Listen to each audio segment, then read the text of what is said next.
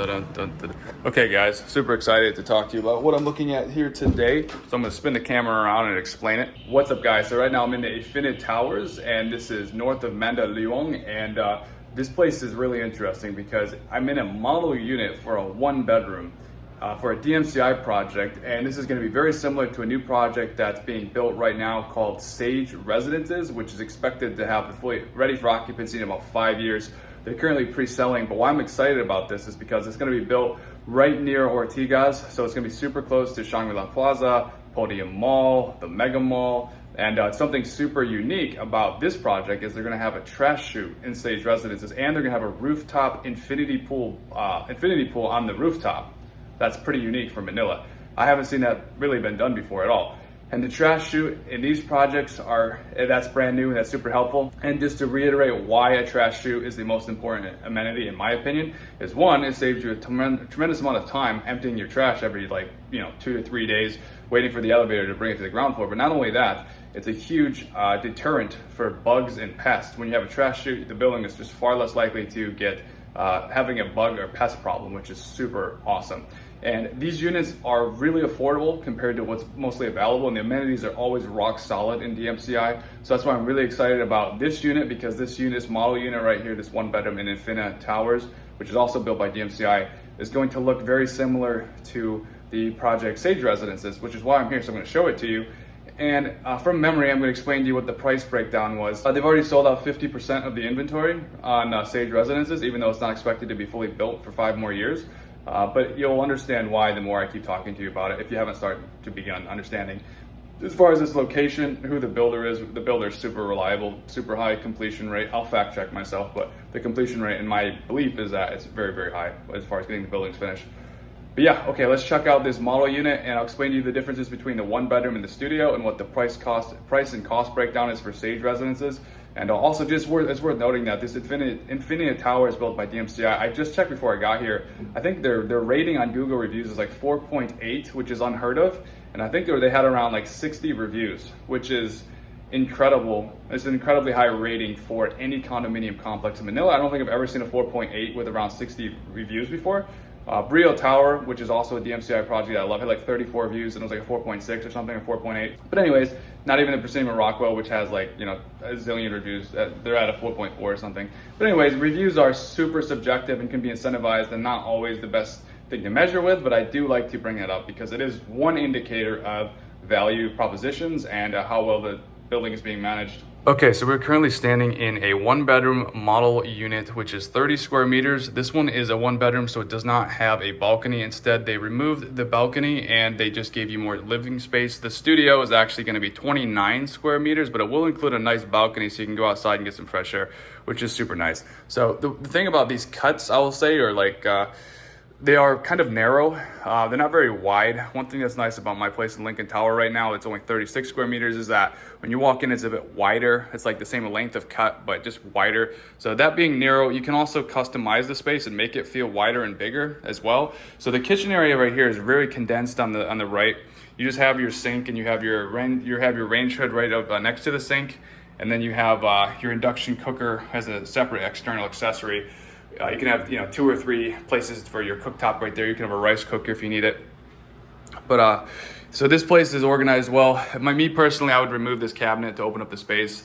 I prefer floating shelves. If you've heard any of my past vlogs, the reason why I like floating shelves, like here they have some floating shelves right here, because floating shelves just make the studio units and the 1-bedroom units that are small by their nature, they feel a lot bigger and more open with floating shelves. And also it's great for pest control because cabinetry and wood attracts pests, and it's easier for pests to hide out in cabinets and wood versus having floating shelves. But again, they have mirrors and floating shelves in this model unit, as you can see, and it does make it feel nice and bigger. This unit, in my opinion, definitely does feel a bit small. And again, I think it's just because of the way they did the furnishings and making it more narrow, but it is very nice in here.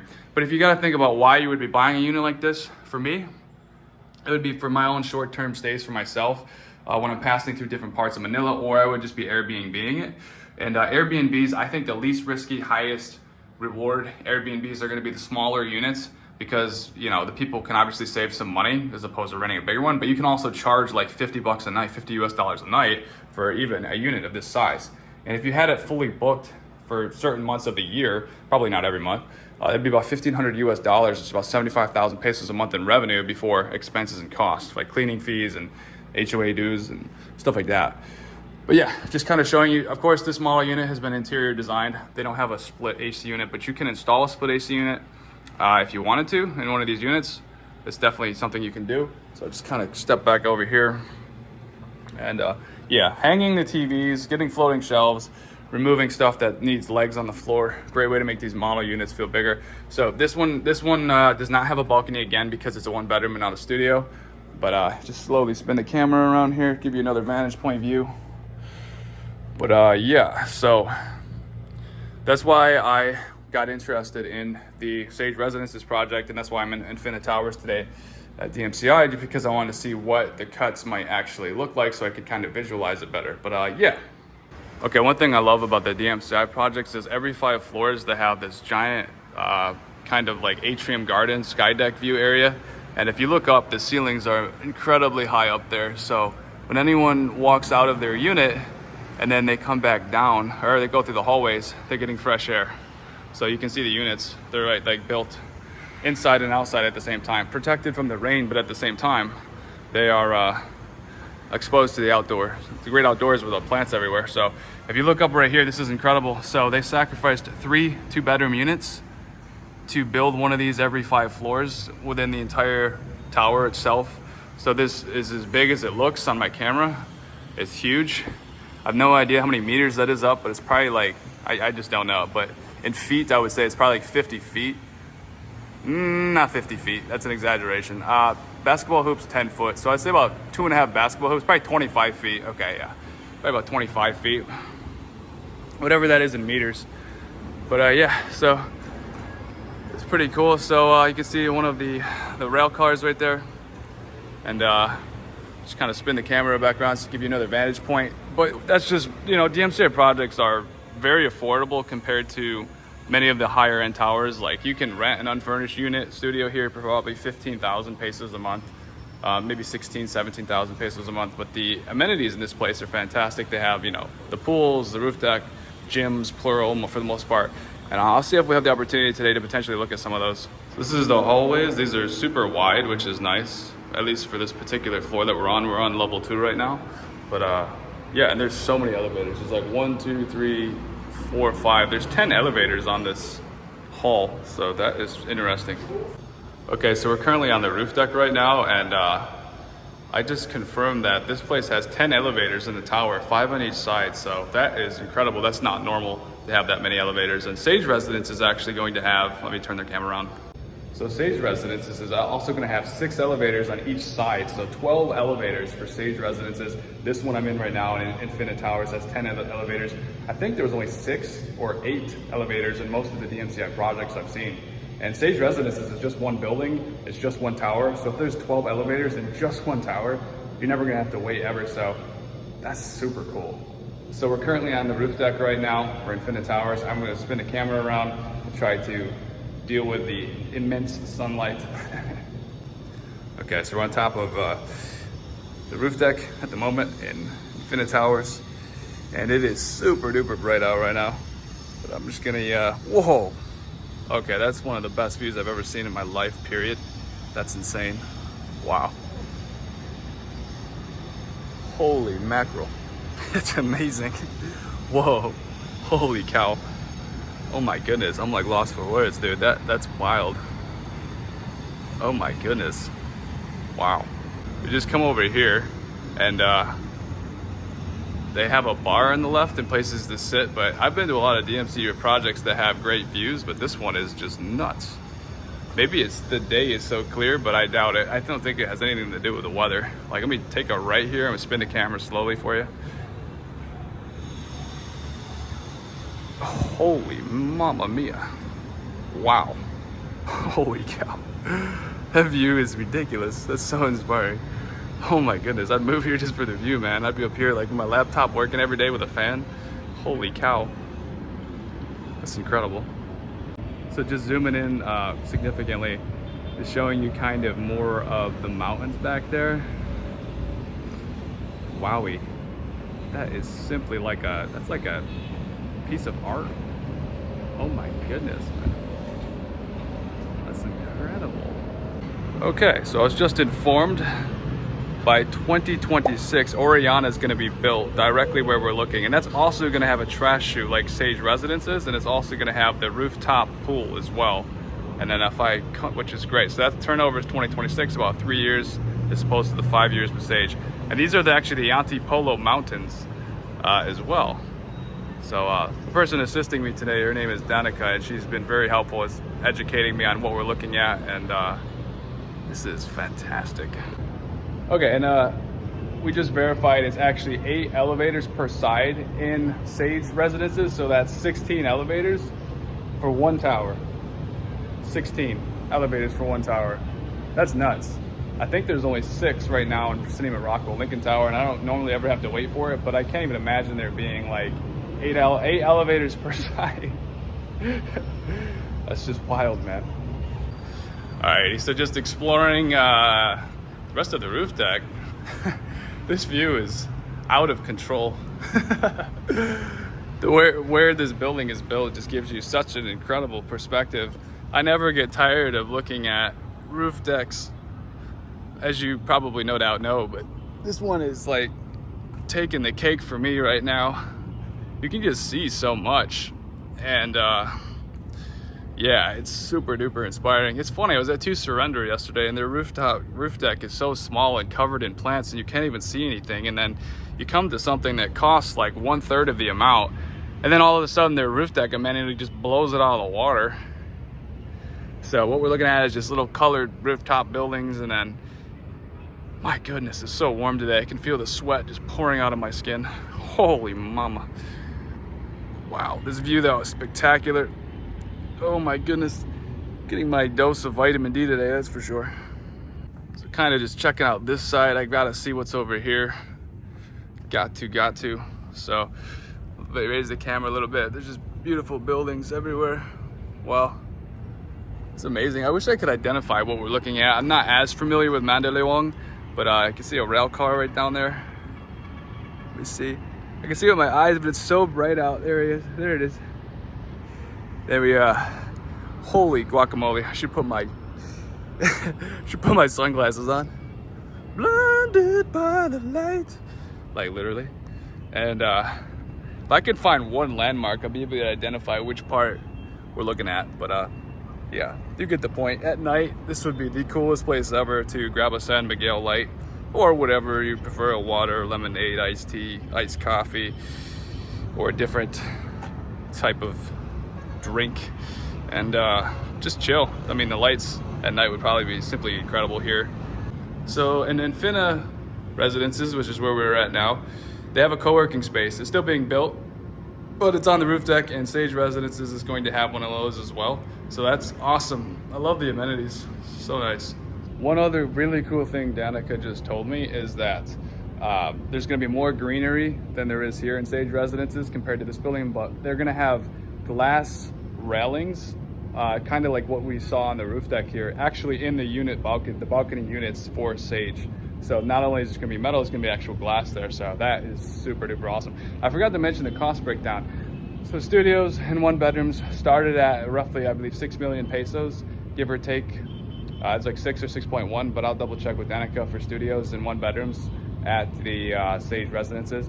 And Sage Residences, they're going for a more modern, contemporary, no doubt, feel and look and vibe. So like an upscale DMCI project, which is kind of like a dream for me. That's like taking the best of both worlds of an upscale building and pairing it with the DMCI concepts is a super great thought process and idea, and I love it.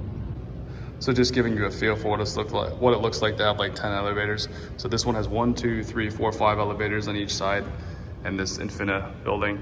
And yeah, if you can imagine, the Sage Residences is going to have 8 elevators per side, 16 total, if my memory serves me correctly. So that's just kind of mind-boggling. Wow. Alrighty, one last look on the roof deck. I swung a right when I first came out through the hallway, and then this is what I'm seeing from this point of view on this side. So just kind of like another perspective. That's awesome. Wow. That's the most fantastic view of Manila I've seen yet, period. No comparison, man. I don't even have to think about it. So for in the Infina Towers, we're currently, is this the North Tower, Danica? We're in the North Tower right now, and directly right in front of me is the South Tower. Looks like they also have a roof deck by the looks. They have an entertainment room over there. Holy mama, it is so bright out. So here at Infina Towers, they have a lap pool, and then they have a leisure pool, and then right beyond farther down that way, they have the kiddie pool. So 3 pools in total for Infina Towers. And the downstairs lobby area / atrium is just gigantic, as you can see, and it's like very wide open and yeah, very nice, very airy. You can see how big it is though. It's like a football field. It's way down there is where it starts in the lobby area, so that's always nice to come down here. They have air hockey and foosball, and they have a little vendor selling Vietnamese food. They also have these giant mirrors on the walls, which is pretty cool if you want to check out, see if you're having a good hair day or not. Gotcha. So we're like actually in the South Tower now, and we're gonna go check out the next set of amenities, the fitness area, I believe. And I just love how open it is and how airy it is. And my goodness. Okay, so we're in the South Tower and checking out the gym, and it's like very nice in here. Air conditioned, of course, but I love how open it is. It's just very like a giant rectangle, but it's super, yeah, it's just super open. So I'm loving that. Got some cardio, some weights. It's a very nice gym. They're gonna have it on. So of course with Sage, it's actually going to be on the roof deck instead of, I think we're on like the 2nd or 3rd floor right here in the South Tower for Infina Towers. But yeah, it's really nice. Man, the air conditioning feels so good after being on the rooftop. What's up guys? So we're back at my apartment in Rockwell. This is just a quick follow-up from everything that we checked out in this video. So if you'd like to directly connect with Danica, she was very helpful, very professional, and I would definitely recommend her if you want to invest in any of the DMCI projects, including but not limited to the Sage Residences, which is one that I am personally considering. And yeah, I thought of some more things today. A lot of people are saying on the channel, why would you want to buy a condo because it's when the rents are so cheap? Well, I just want to address that question. The reason why sometimes it's a good idea to invest in a condo in a place like Manila is because rents are not necessarily guaranteed to always stay cheap. Okay, so this city is getting more and more expensive, in my opinion, to live in Manila. And 5 years from now, a condo that sells for 5 or 6 million pesos today, like 5 years from now, that rent for like if you're spending 25-30,000 pesos per month, like in one uptown residences, my prediction is that in 5 years, that rent will probably double. So I just want to pause the video real quick and add to what I just said. Of course, I have no idea if the rent will actually double, but one thing I like to do to help me think is I like to create thought experiments where I then go out and try to basically debunk myself, which means prove myself wrong, or try to prove myself right. So what makes rent go up or down is basically just supply and demand, okay? So my theory or hypothesis is that because there's so many people promoting the Philippines right now, and because Philippines is becoming a more and more attractive place to live, and a lot of wealthy foreigners have already basically bought a lot of places or even permanently moved to the city of Manila, my thinking is that that's probably going to keep happening as time goes on. So the more wealthy and high profile individuals that actually move to the city of Manila, it will probably put a strain on the demand, meaning there's less housing available at that point. Obviously right now, as of December 2022, as I'm recording this, there's plenty of supply.